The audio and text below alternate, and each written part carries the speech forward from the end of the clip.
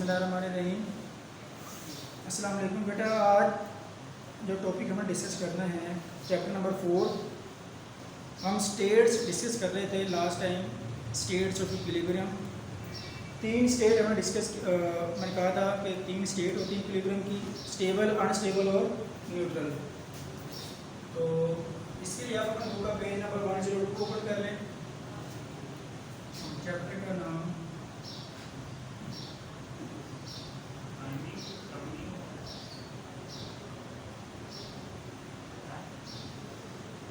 ठीक है। तो स्टेट्स यहाँ पे 3 डिस्कस की थी हमने।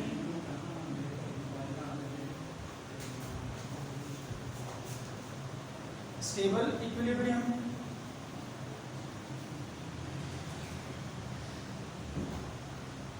दूसरा क्या है अनस्टेबल,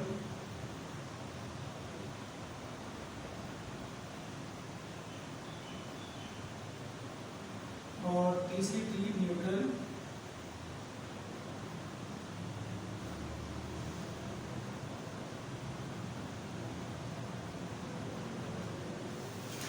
तो लास्ट लेक्चर में हमने 2 स्टेट्स हम डिस्कस की थी। पहली थी स्टेबल इक्विलिब्रियम और अनस्टेबल की हम लास्ट टाइम डिस्कस कर चुके थे। आज जो हमने डिस्कस करनी है वो है न्यूट्रल इक्विलिब्रियम।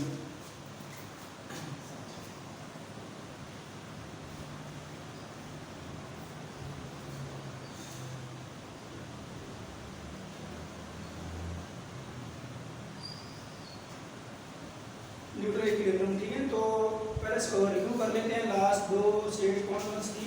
स्टेबल में हमने कहा था कि अगर हम किसी ऑब्जेक्ट के ऊपर फोर्स अप्लाई करते हैं और उसके बाद वो ऑब्जेक्ट अपनी पहली वाली हालत में वापस आ जाए तो उसको हम क्या नाम देते हैं, स्टेबल इक्विलिब्रियम। उसके बाद दूसरी टाइप थी अनस्टेबल इक्विलिब्रियम। अनस्टेबल में हमने कहा कि अगर आप किसी चीज़ पर फोर्स लगाते हैं और ऑब्जेक्ट अपनी पहली वाली हालत में वापस नहीं आता, उसको हम क्या नाम देते हैं, अनस्टेबल इक्विलिब्रियम।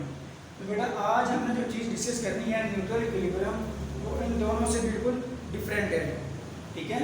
अब न्यूट्रल इक्विलिब्रियम में जो चीज़ डिस्कस करने वाली है वो ये है कि अगर हम किसी चीज़ पे फोर्स लगाएं और वो नई पोजीशन के अंदर कन्वर्ट हो जाए, ठीक है, उसे नई पोजीशन मिल जाए तो उसको हम क्या नाम देंगे, न्यूट्रल इक्विलिब्रियम, ठीक है। तो यहाँ पर इसकी डेफिनेशन है, इफ अ बॉडी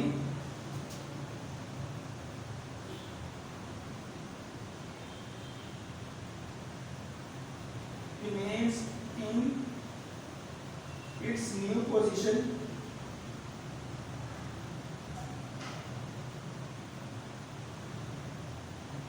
वो कह रहे हैं कि अगर एक बॉडी को नई पोजीशन मिल जाए आफ्टर डिस्टर्ब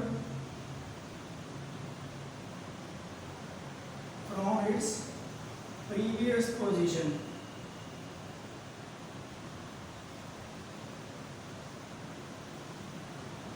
ठीक है। कि अगर आप किसी चीज़ पर फोर्स लगा रहे हैं और वो ऑब्जेक्ट क्या है, उसे एक नई डायरेक्शन मिल जाए, नई शेप मिल जाए, उसको आप क्या नाम देते हैं, न्यूट्रल इक्विलिब्रियम, ठीक है। तो इसकी जो एग्जांपल है अभी न्यूट्रल इक्विलिब्रियम की, वो आप कंसीडर कर सकते हैं फुटबॉल, ठीक है। तो आप देखते हैं कि जो फुटबॉल है इसकी जो शेप है वो सर्कुलर होती है, ठीक है। फुटबॉल की शेप क्या होती है, सर्कुलर।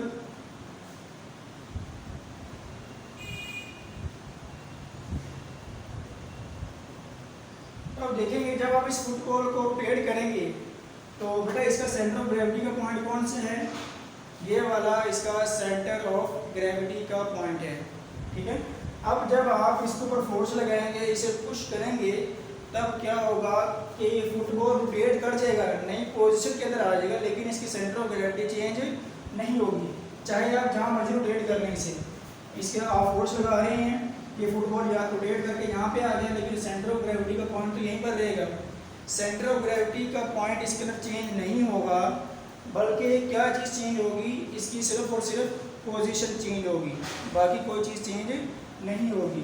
तो बेटा इस केस में हम कहेंगे कि ये फुटबॉल है ये किस स्टेट के अंदर है, ये न्यूट्रल इक्विलिब्रियम के अंदर है। ठीक है बेटा। उसके बाद इसकी बहुत सारी एग्जांपल आ सकती हैं कि एक roller,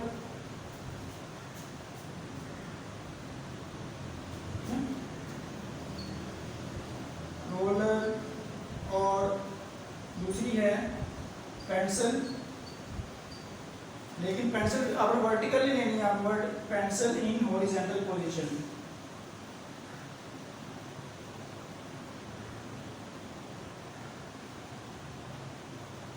pencil in horizontal position, इन दोनों चीज़ों, रोलर का जितना मर्जी रोल कर रहे हैं, इसका जो सेंटर ऑफ ग्रेविटी का पॉइंट चेंज नहीं होगा।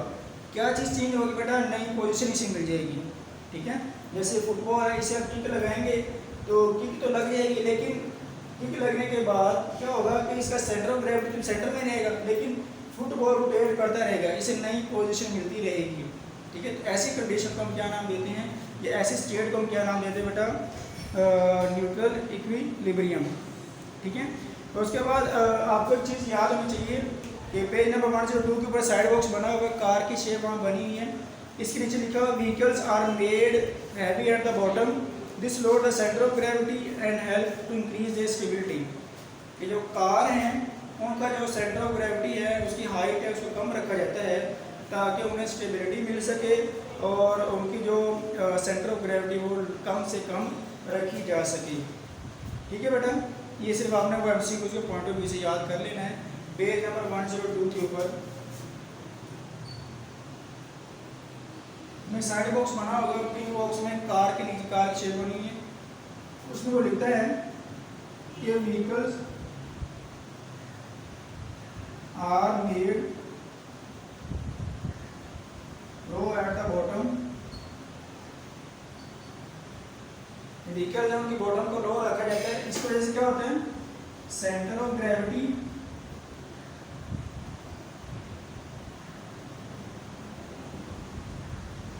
वो लो हो जाती है, और दूसरा क्या होता है बेटा, जो इसका जो स्टेबिलिटी है,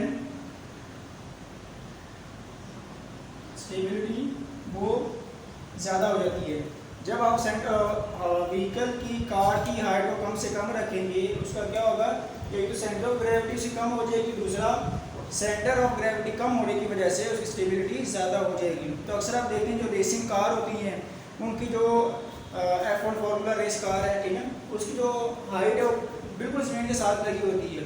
इसी वजह से, क्योंकि जब वो तेज़ स्पीड के साथ मूव करेगी कार, तो एयर के प्रेशर की वजह से वो अनस्टेबिलिटी में आ सकती है, इसलिए उसे कम से कम हाइट पर रखा गया ताकि ज़्यादा स्टेबल हो सके और उसकी सेंटर ऑफ ग्रेविटी कम हो सके। ठीक है बेटा, ये था आपका न्यूट्रल इक्विलिब्रियम का। तो यहाँ तक हमारी जो स्टेट्स हैं तीनों वो कंप्लीट हो गई हैं। ये आपका स्टेट्स एक लॉन्ग क्वेश्चन है कंप्लीट, इसमें आपको 3 स्टेट्स पूछी जा सकती हैं और इनमें से कोई एक स्टेट भी लॉन्ग क्वेश्चन के तौर पे पूछी जा सकती है।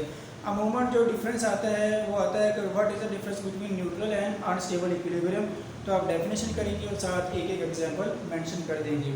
मेरा नेक्स्ट जो टॉपिक है वो है stability and position of centre of mass.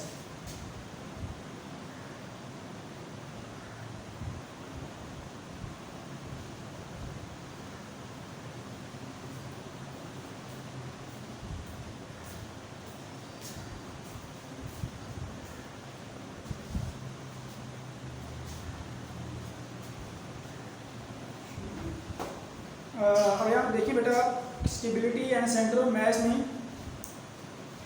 वो कह रहा है कि अगर आप, वही पहले वाली बात कि अगर आप सेंटर ऑफ मास को, सेंटर ऑफ मास या सेंटर ऑफ ग्रेविटी, इन दोनों को कम से कम रखेंगे तो वो चीज़ क्या हो जाएगी बेटा, वो चीज़ हो जाएगी स्टेबल।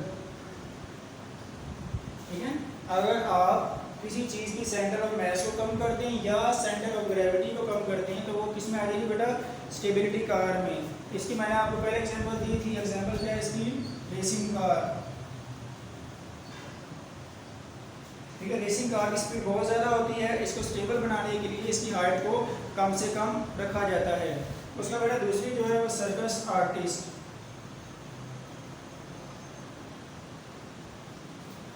बेटा सर्कस आर्टिस्ट आपने देखा होगा कि वो रस्सी के ऊपर पाँव से चलते हैं।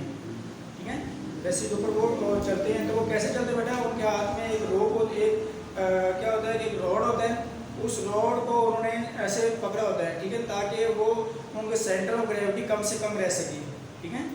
जो सर्कस आर्टिस्ट रोप के ऊपर रस्सी के ऊपर चलते हैं तो किस तरह बेटा उनके हाथ में आपने अक्सर देखा होगा कि काफ़ी लेंथ वाला एक रॉड होता है, ठीक है, या स्टिक सी होती है, वो स्टिक को क्या करते हैं सेंटर में रखते हैं और आहिस्ता से चलते हैं।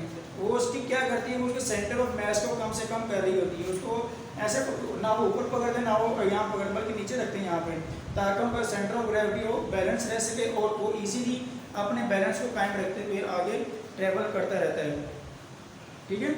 उसके बाद बेटा आपने काफ़ी एग्जांपल सुनी होंगी कि अगर कोई ऑब्जेक्ट्स ऐसे होते हैं जिनको स्टेबिलिटी मिलती नहीं है, मतलब कि अगर आप उन्हें, जैसे हमने पहले पढ़ा कि स्टेबल के अंदर क्या होता है कि वो अपनी फोर्स अप्लाई करें तो वो चीज़ अपनी पहली वाली हालत में वापस आ जाती है। अनस्टेबल में क्या पढ़ा कि अगर हम फोर्स अप्लाई कर रहे हैं तो वो चीज़ अपनी पहली वाली हालत में वापस नहीं आती। इसी तरह बेटा कुछ ऐसी चीज़ें जो सिर्फ स्टेबल ही होती हैं, ठीक है, यहाँ स्टेबल का मतलब है कि उनको अपनी सेंटर ऑफ ग्रेविटी को कम करना पड़ता है ताकि वहाँ पर स्टेबिलिटी उन्हें हासिल हो सके। अब इन्होंने एक एग्जांपल दी है, यहाँ पर देखिए साइड में एक शेप बनी हुई है, a needle is made to balance at stick. उन्होंने क्या किया, यहाँ पे एक ऑपरेटर्स बनाया हुआ है,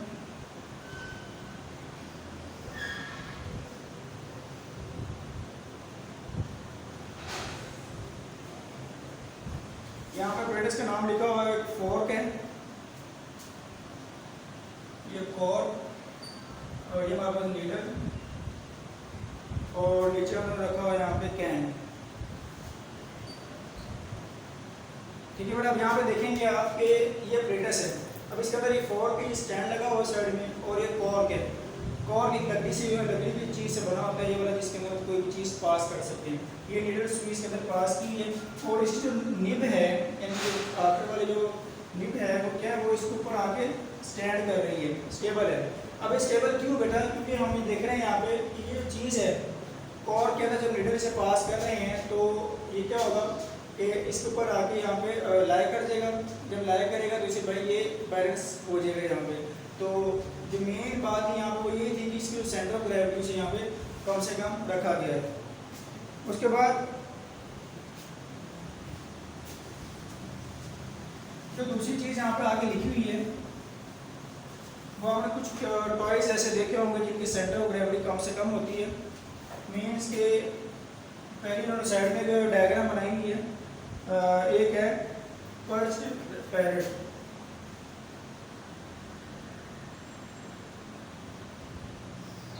ठीक है, पर्च्ड पैरट यहाँ पे डायग्राम देखिए। उन्होंने उसमें करते क्या है कि जो इसकी जो टेल है इसको हैवी कर देते हैं। जब बेटा टेल को हैवी करेंगे तो उनकी सेंटर ऑफ ग्रेविटी क्या हो जाएगी, सबसे कम हो जाएगी, इसी वजह से वो स्टेबल हो जाता है, ठीक है। और यहाँ पर दूसरी एग्जांपल दी हुई है सेल्फ राइटिंग टॉय।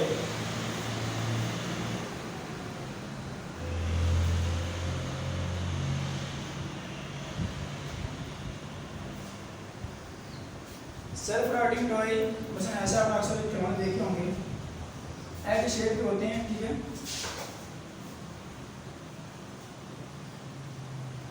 इस तरह के टॉयज बने होते हैं। अब अक्सर देखें आप जितना मर्जी इन्हें पुश कर लें ये फिर भी क्या होंगे, वो इसी पॉइंट के ऊपर आके स्टैंड कर जाएंगे, इसी पॉइंट के ऊपर आके स्टैंड कर जाएंगे। तो यानी कि इसका मतलब क्या हुआ कि इसकी जो सेंटर ऑफ ग्रेविटी है इस पॉइंट पे वो सबसे कम है। जब इसकी सेंटर ऑफ ग्रेविटी कम होगी तो आप कह सकते हैं कि ये किस हालत में है, ये यहाँ पे स्टेबल कंडीशन के अंदर आ गया है। तो ये बहुत सारे एग्जाम्पल आपको डेली लाइफ में देखने को मिल सकती हैं, जैसा कि फर्स्ट जो पैरट की बात की हमने, उसके बाद ये टॉय की बात की। इसका आप देखा होगा जो लोअर पार्ट है वो सबसे हैवी होता है ये वाला, ठीक है। जब इसका लोअर पार्ट हैवी होगा आप जितनी मर्जी इस पे फोर्स लगा लें तो आखिर ये क्या होगा, अपनी इसी हालत में वापस आ जाएगा। ठीक है, ये यहाँ पे स्टेबल होना, इस पॉइंट पे आके स्टेबल हो जाएगा। तो आप एक रिलेशन याद रख सकते हैं कि stability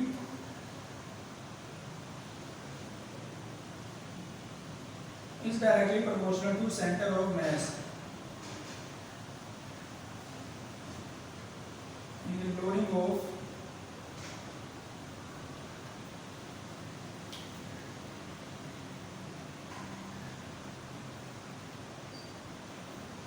lowering of centre of mass, यानी कि जितना आप सेंटर ऑफ मास को लोअर करते जाएंगे तो उतनी उसकी स्टेबिलिटी क्या होगी, ज़्यादा होती जाएगी। तो ये आप रिलेशन याद रखेंगे उसके पॉइंट ऑफ व्यू से कि सेंटर ऑफ मास या सेंटर ऑफ ग्रेविटी को अगर हम लो करेंगे, जितना ज़्यादा हम लो करते जाएंगे उतनी जो स्टेबिलिटी उसकी ज़्यादा होती जाएगी। और उसके बाद उन्होंने आगे कुछ समरी में डेफिनेशन दी है, बेटा खुद कर लीजिए, कुछ सारी डेफिनेशन आप पहले पढ़ चुके हैं। तो बेटा हमने जो इस चैप्टर के अंदर जो चीज़ आज डिस्कस की है वो न्यूट्रल इक्विलिब्रियम और stability and position of centre of mass. Neutral equilibrium को मैं थोड़ा सा एक्सप्लेन कर दूँ। न्यूट्रल इक्विलिब्रियम क्या था कि अगर आप बेस चीज़ पर फोर्स लगाते हैं और वो दोबारा अपनी पहली हालत में बल्कि नई हालत में आ जाए, न्यू पोजीशन के अंदर आ जाए, तो उसको हम क्या कहेंगे, न्यूट्रल इक्विलिब्रियम। तो न्यूट्रल इक्विलिब्रियम एक बात आपने याद रखनी है कि इसका जो सेंटर ऑफ ग्रेविटी का पॉइंट है वो कभी भी चेंज नहीं होता। सेंटर ऑफ ग्रेविटी का पॉइंट हमेशा सेम रहेगा, लेकिन जो इसकी पोजीशन है वो चेंज होती रहेगी। जब पोजीशन चेंज होगी तो वो किसी न किसी नई हालत में चला जाएगा। ठीक है। नेक्स्ट जो हमने चीज़ यहाँ पर डिस्कस की कोई सी एग्जाम्पल दी, फुटबॉल की एग्जाम्पल। कि फुटबॉल में हमने क्या कहा कि फुटबॉल का सेंटर ऑफ ग्रेविटी का जो पॉइंट है, यानी फुटबॉल गोल होता है उसका सेंटर ऑफ ग्रेविटी, फुटबॉल अपने सेंटर ऑफ ग्रेविटी का पॉइंट यहाँ पे लाई करता है कि जब आप जितनी मर्जी से किक लगा रहे हैं ये नई पोजीशन में तो आ जाएगा, लेकिन इसका सेंटर ऑफ ग्रेविटी का पॉइंट चेंज नहीं होगा, तो लिहाजा ये स्टेबल कंडीशन में ही लाई करेगा। उसके बाद हमने स्टेबिलिटी पढ़ा, stability and position of mass. उसमें हमने क्या कहा कि जो रेसिंग कार होती हैं उनकी हाइट को कम से कम रखा जाता है। हाइट को इसलिए कम रखा जाता है ताकि उन्हें स्टेबिलिटी मिल सके, उनका सेंटर ऑफ ग्रेविटी का पॉइंट लो रह सके। उसके बाद हमने पढ़ा कि पर्स रैकेट और दूसरी हमारे पास थी सेल्फ राइटिंग टॉय। ठीक है बेटा, आज के लिए हमने इतना ही पढ़ना था। इंशाल्लाह बाकी हम इसके न्यूमेरिकल और शॉर्ट क्वेश्चन कल करेंगे। तब तक के लिए अल्लाह हाफिज़।